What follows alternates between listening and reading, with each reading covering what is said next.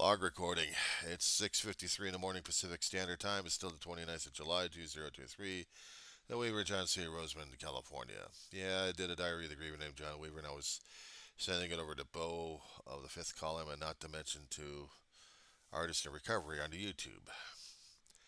I really didn't go further into it because it was still rattling my cage.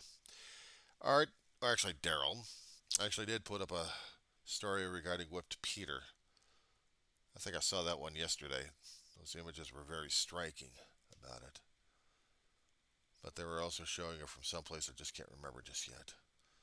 And yeah, watching and learning about that kind of situation concerning about the slaves, unfucking believable. But the thing is, I couldn't relate to is how the hell you relate addiction to what Florida's going through, or their version of it, of slavery. Slavery being an addiction? You kidding me? Only if you're a slaveholder or you're addicted to the damn thing. But if you're the guy at the other end of the whip, there's no addiction on that one. It's just suffering, okay? Holy crap. Yeah, it really touched the nerve on that one, especially when I'm still trying to learn the history. I'm supposed to be an English major. I kept flip flopping from political science to history, all in community college. I mean, it's like there was a lot of things for me to learn as an adult regarding the situation.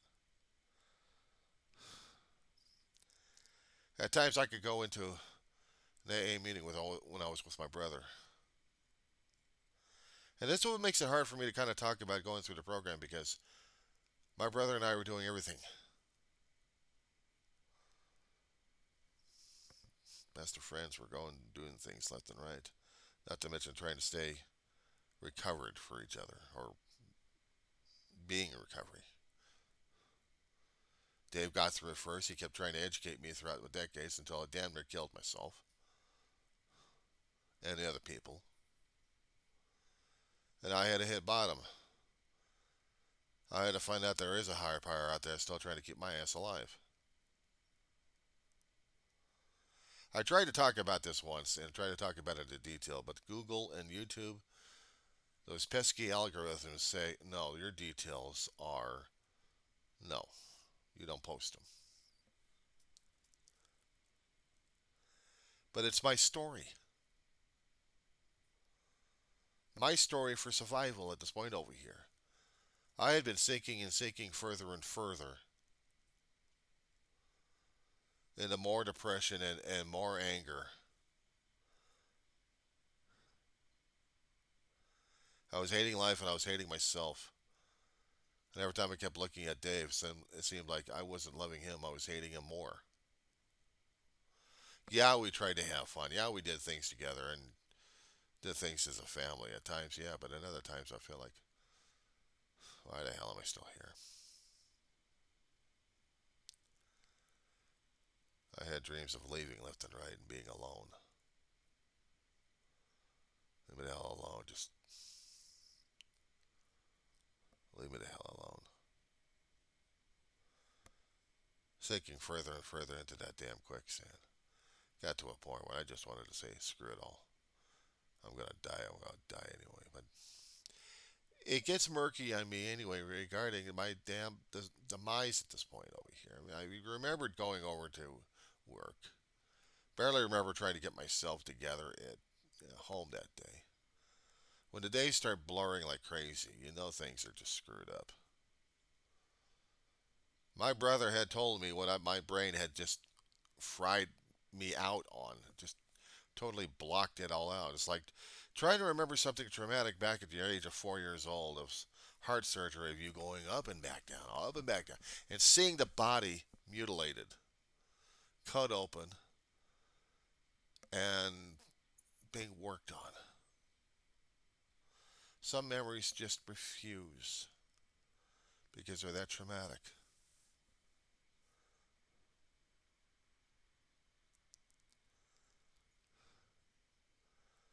I remember the pain when they took the staples out of my damn chest, and I remember screaming and yelling at my damn cardiologist for that one.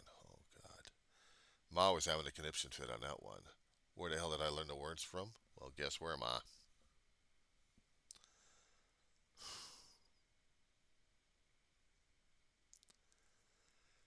Something about ending my life. When I can't even remember what happened in that morning situation there.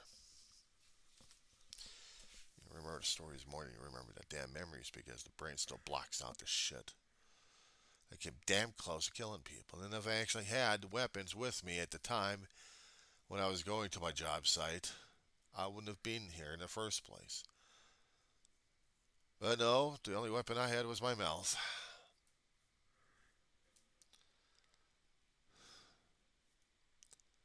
They were supposedly friends and acquaintances, co workers. I looked at management as the enemy.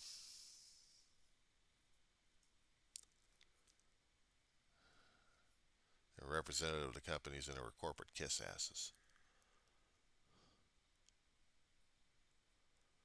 And I wanted their destruction, apparently.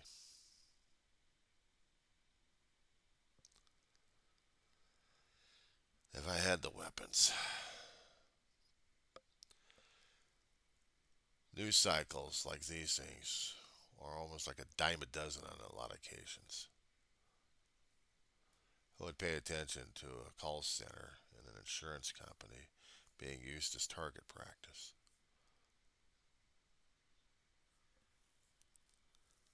And yet, that's what happened. Almost came to that point.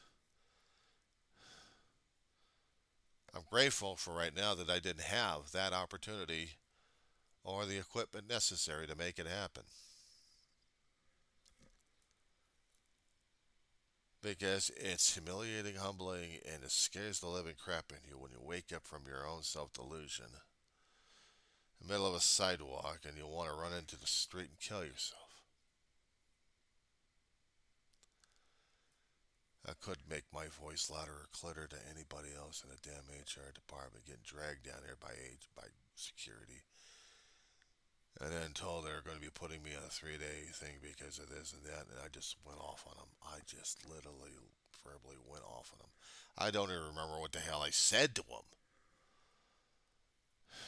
Besides the other memory, just getting back to the desk and packing up my crap. Dragged down again by security with my crap in boxes.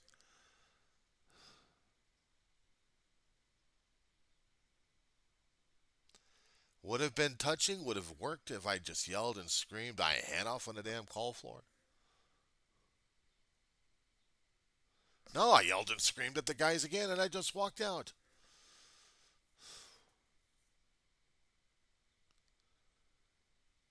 It's like right in the middle of a fucking sidewalk between the entrance to the company and to a corner down the street. Even on my right, there would have been a street right there. Just run right out and get hit. I mean, it was just plowing through my head. I realized what the hell I did. That's what I wanted to do right there was kill myself. Because I was too ashamed and too afraid, too out of my damn mind. You talk about one of those haha moments, moments of clarity. And the only soft voice I heard in my head was just saying, call your brother. It's like mechanically I picked up the phone, called my brother, and tells me to go over to a gas station away from over there, but don't go to El Torito. Oh, why not? El Torito would have been so good. Not just getting Mexican food early in the morning. Maybe a bit of a morning drink. Jefferson salsa goes along great with them. My brother knew that too. Across the street at the gas station, there was a chair and a table. Over there, I could have sit and wait for him while drinking a soda. Less than an hour, he's racing from the Antelope Valley. He comes over to Woodland Hills, and right in the car, actually right in the van, I go with the stuff. And then here comes LAPD on body watch, and I'm just, my eyes are down. I want to kill myself. Leave me alone. Just I want to die.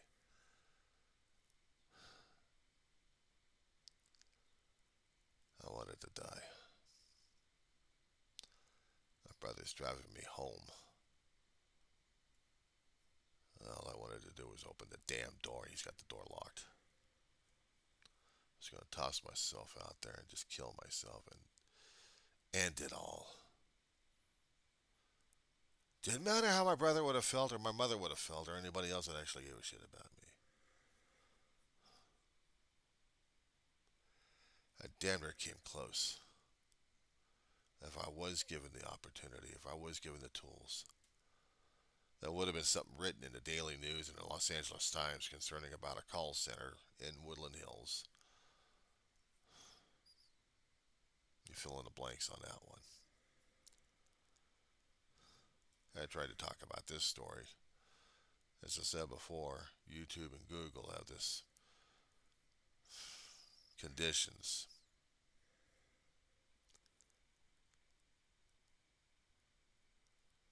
I couldn't talk about my story until I had some time recovery.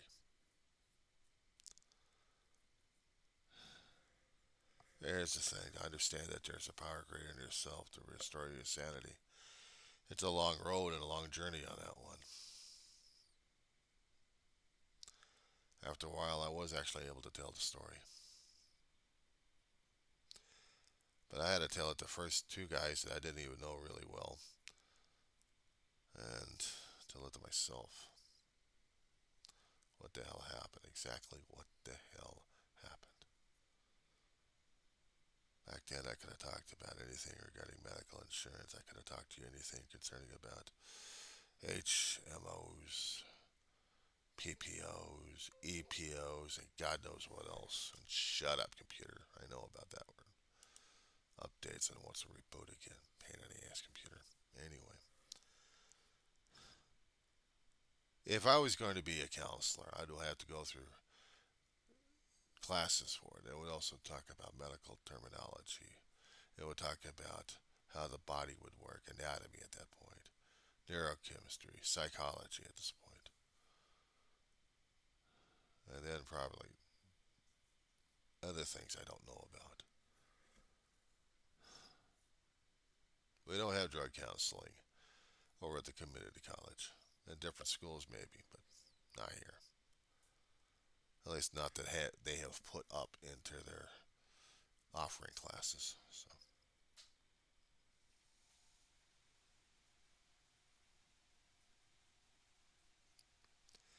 I had seen before I hit my bottom.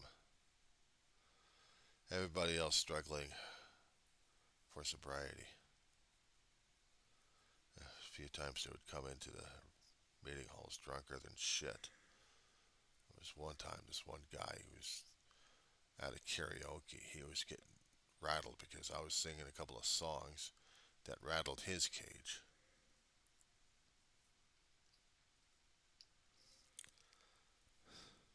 And I was trying to sing the songs in a certain attitude and a certain flair that pissed the guy off so much that he wanted to shoot me. He almost damn near did. There's no way in hell I was going to be staying at that damn meeting hall. I waited for my brother in my car that night. Just rattled. Couldn't even remember what the hell I was reading during that time. I wouldn't know it was a book. I was also notorious for reading books. I'm going to hide from you. Stick my face in the book. Ignore your ass.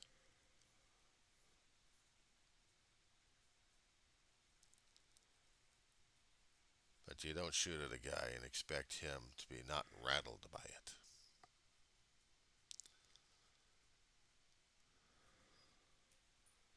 Even in closed places, a small pop gun can sound like a large cannon.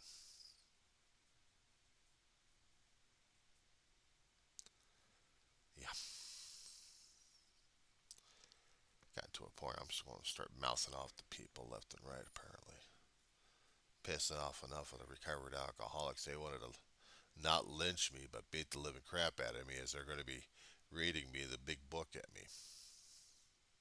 Or reading it to me. Chapter 1. Let's talk about Bill's story, shall we? What's it say here, Mr. John? Fuck off. Those guys knew I was going. They knew it. They saw it. There was one guy who'd been in the system.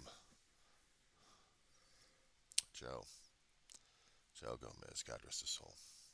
That guy was a natural leader. He'd been through the system many times. He's been through the road to hell a lot of times. And he knew about hard recovery. He had a lot of people to sponsor. I would have been one of them if I'd only let this guy help me out. I wasn't ready for it. He knew it. But he wanted me to acknowledge it anyway. I kept going to the meetings enough with my brother. This happened at the nest. Place moved from place to place. When they had a problem with the lease, they moved from one place to another place. That's what happens when you're in recovery places. Sometimes the insurance gets so damn high out there because of the incidents happening in there. This was a hardcore place. There was a guy named Clancy out there. He knew of it. I just wish I had met the guy. He may have pissed off my brother, but he was also instrumental in helping my brother stay sober. When we lost our mother, these two connected on the phone and spoke for hours. I'd listened to Clancy on the YouTube. I wish I had listened to this guy a long time ago. But I wasn't ready for it. I wasn't ready for it because I didn't think I was one. But I knew my family had the damn disease. I'd seen them kick off one by one, self-destruction, one way or another. And I was still expecting my cousins to go through the same damn crap. Still am. One did.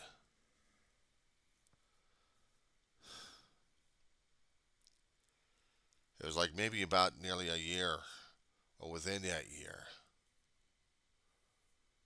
that I'd seen my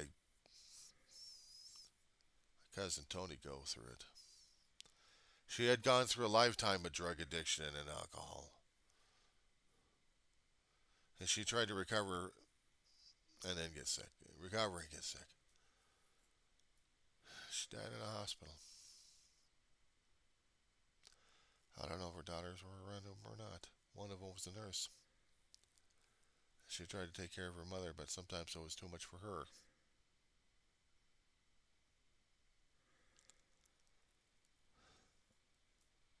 Tony Ray.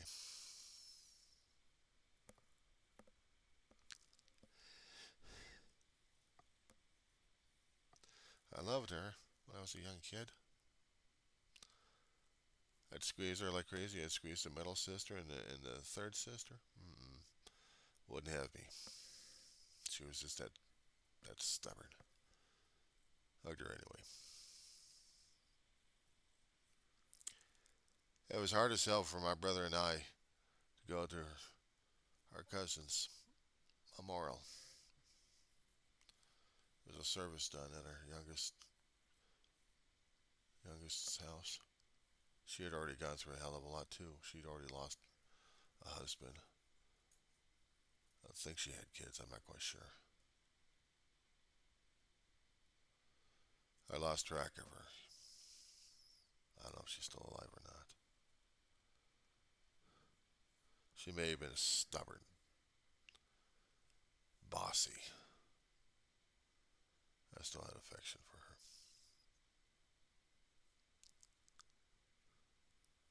Tony Ray. She had an infectious laugh. My mother loved her. My mother adored her. Even when my mother was in sick bed, she wanted to have her taken care of at home. I think that was the straw that broke my mom's back, literally and figuratively.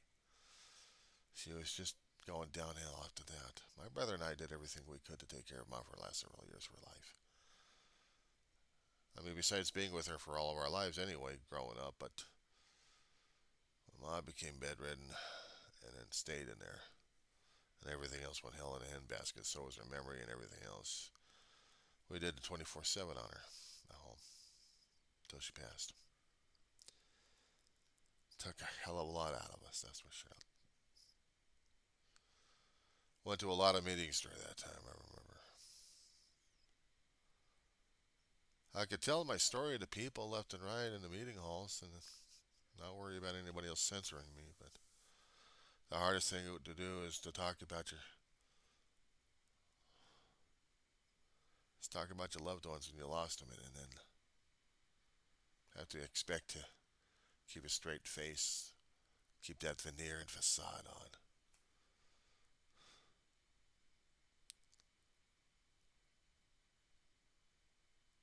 Some days I get triggered, and other days I can function. It's been 11 years since Ma died. February I hate. Right after my birthday, it was becoming a nightmare now. I don't even celebrate my birthday. That's since I lost her. And when I lost my big brother in 2018,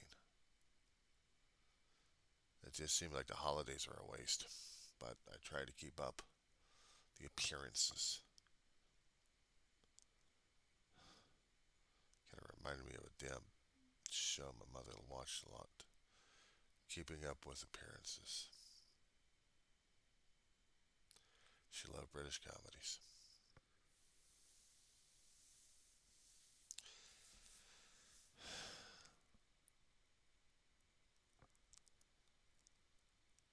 Today seems to be a hard day for a Saturday.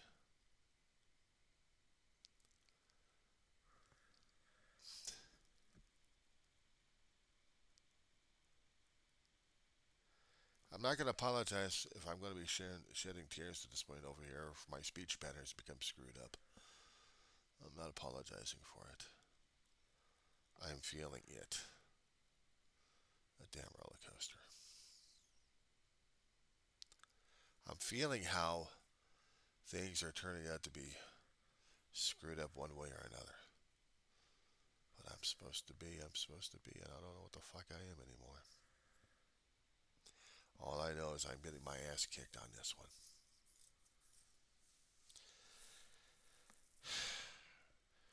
The only kind of slavery I know sometimes it's not exactly to memories, it's to something else.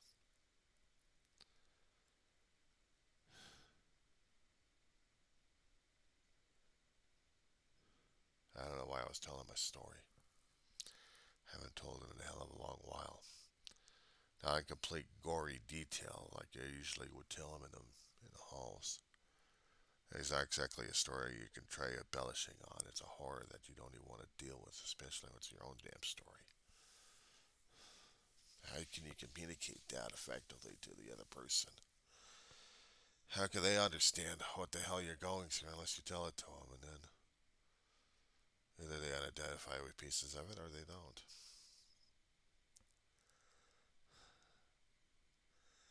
It scared the hell out of me growing up as becoming one of those statistics of shootings left and right. God, it became more and more prevalent in the 20th century and more terrifying in the 21st. But the scariest part,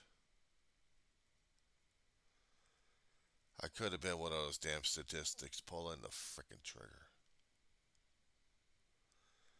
How the hell is Mom and Dave going to be able to recover from that one? Holy crap. Did it ever occur to me at that point that my family would be suffering a hell of a lot more? Did it ever fucking occur to me during that time? It didn't even occur to me. Some days some realizations hit you, and other times they just sneak in there. And this one is maybe in between. I could have destroyed Ma and Dave's life. What was left of them? Ma was already picking the slow way down anyway because she lost so many people in her lifetime, starting with Grandma. Or maybe it could have been done a little bit earlier than that. She lost her father that she knew of a long time ago. That could have started her chain reaction, but she fought like hell, and I know she had to be a tough mother. But she did it with love. I'm not going to blame her on that damn shit. There was a lot of crap we were going through during those days. And I don't blame her on a damn thing. She had to do what she had to do. And I loved her for it, too. Because she kept me and my brother alive.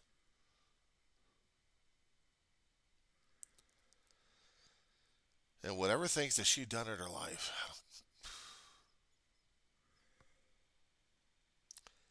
I'm not holding anything against her on that one. And I'm not holding it against my brother either. Damn disease makes us do things that we don't even like to do. Puts us into a different character mode of sorts. We lie to people about it, but we can't even lie to ourselves about the damn shit. We get so damn hardened about it. We get so blasé and cavalier about the shit. Survival's the only damn thing that matters. Survival. You could probably ask me if I'm in survival mode. Yeah, I've been that way ever since. See, I didn't know exactly how to live. I just knew how to survive. Try to do it from the air, try to do it to the side. But I'll tell you something, when you lose your family, piece at a time, it takes a piece out of you. And then you realize how much you really did give a shit about them, how much you really loved them. What tears me apart is they love me back harder. And I won't be able to hug them again. That's what hurts the most. I talk about the grieving. I talk about the mourning. I talk about myself. I talk about how I perceive things, how I observe things, how I get argumentative about things. But the damn crux of it all is trying to wake up and live a life without those that you actually gave a shit about, that you actually loved. And I loved my family a great deal.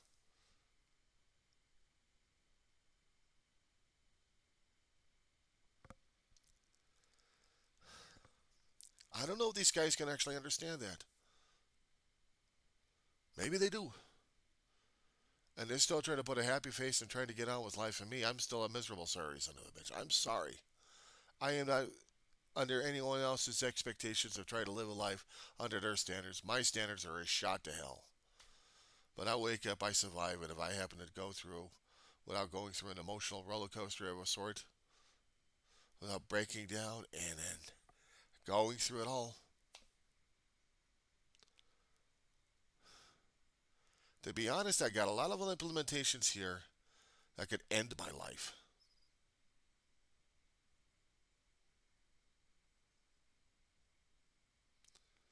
That's not an addiction. And I use them, but not to end my life.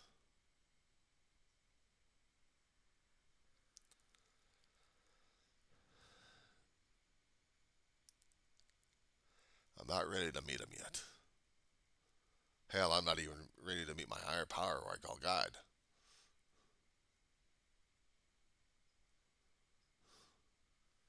I'm not ready for him yet. He's not ready for me yet. But the way I'm handling my own damn life right now, I might as well go anyway. And that still scares the hell out of me because I've been through it once before, 3 times. It's not fun. 4-year-old kid's not supposed to go through this kind of shit. You're supposed to grow up and have fun or live life one way or another, not go through trauma after trauma after trauma. Learning how to hate death and hate life at the same damn time while trying to live life itself. Understanding what the darker nature of ourselves are tormenting us with. and how we get scarred ourselves. I don't have to get scarred because of damn slavery. I already had hatred and prejudice doing that on my back anyway and in my head.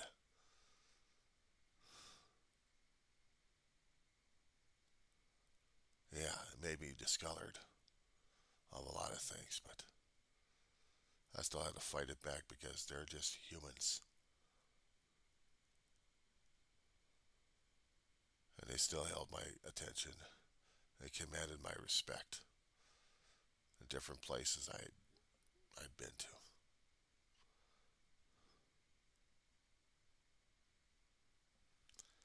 And I didn't hate them for it either.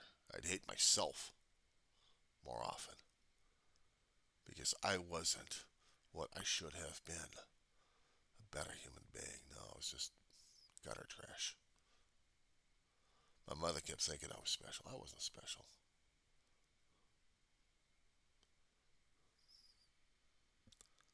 At least I didn't think so.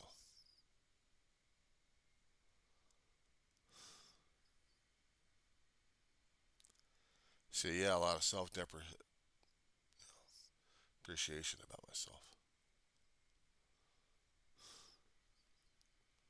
Thinking of myself as a broken piece of shit.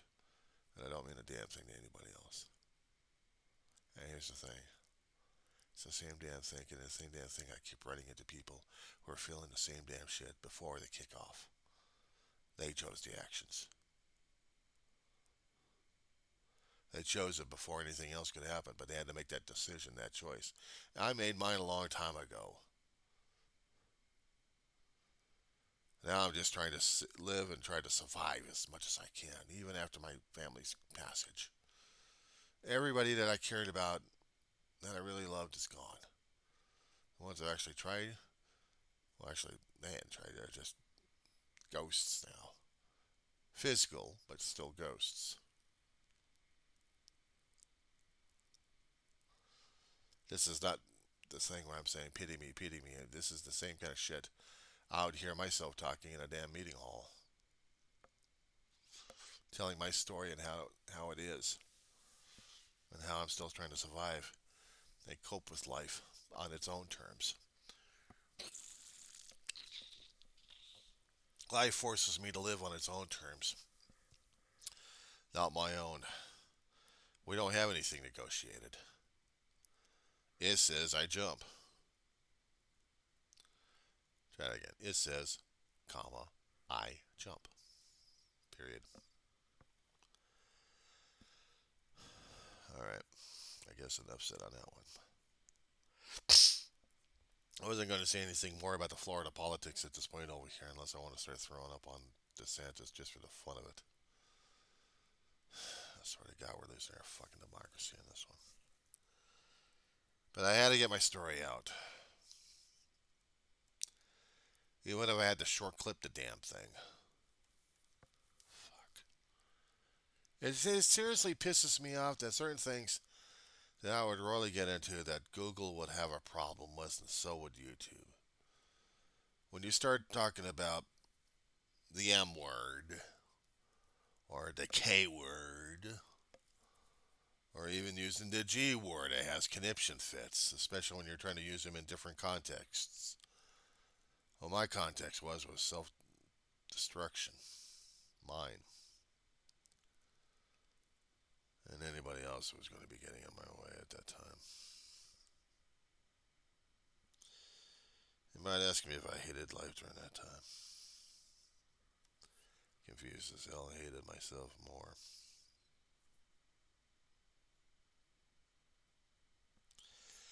I'm not happy. I'm not freaking joyful about life right now. But I still have to keep learning gratitude. I'm taking another breath of life. I'm taking another breath of oxygen down my throat. I'm still able to record. I'm still able to talk. I still have mental faculties. I still have physical properties working still. Breaking down, but they're still there. They're giving me a lot of pain, but I'll deal with it.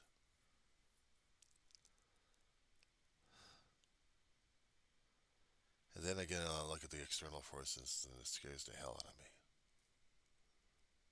How's it going to affect me here and now?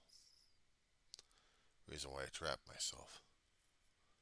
Shield myself from the outside, but it just doesn't work because I've already got the little demons walking around here in a bug war. Literally. So I'm doing what I can for right now. That's enough about me belly aching about today. I've been trying to fight the roller coaster effect today. But it's going to get me. I've already got it's already started already. I'm just going up the long climb right now before I start going through the. Ah! Splat.